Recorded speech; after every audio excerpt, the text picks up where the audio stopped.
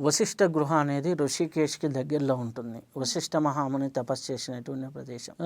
ఇట్లా చార్ధామ్లో నుంచి వస్తూ ఉన్నప్పుడు మనకి ఒక 10-15 కిలోమీటర్లు ముందరే, ఋషికేశ్ కంటే ముందరే వస్తుంది.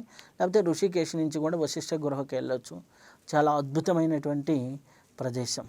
అక్కడ ఇటుపక్కేమో గంగానది ప్రవాహం ఉంటుంది, చాలా అద్భుతంగా.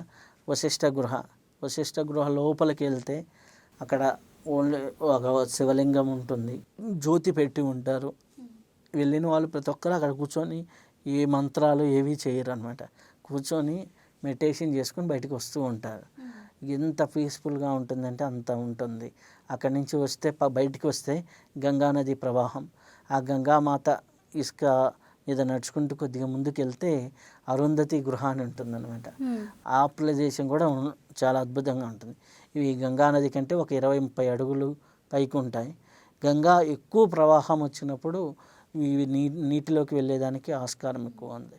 మెయిన్ రోడ్ నుంచి బాగా ఒక 100 పైన స్టెప్పులు దిగేసి వెళ్ళాలి.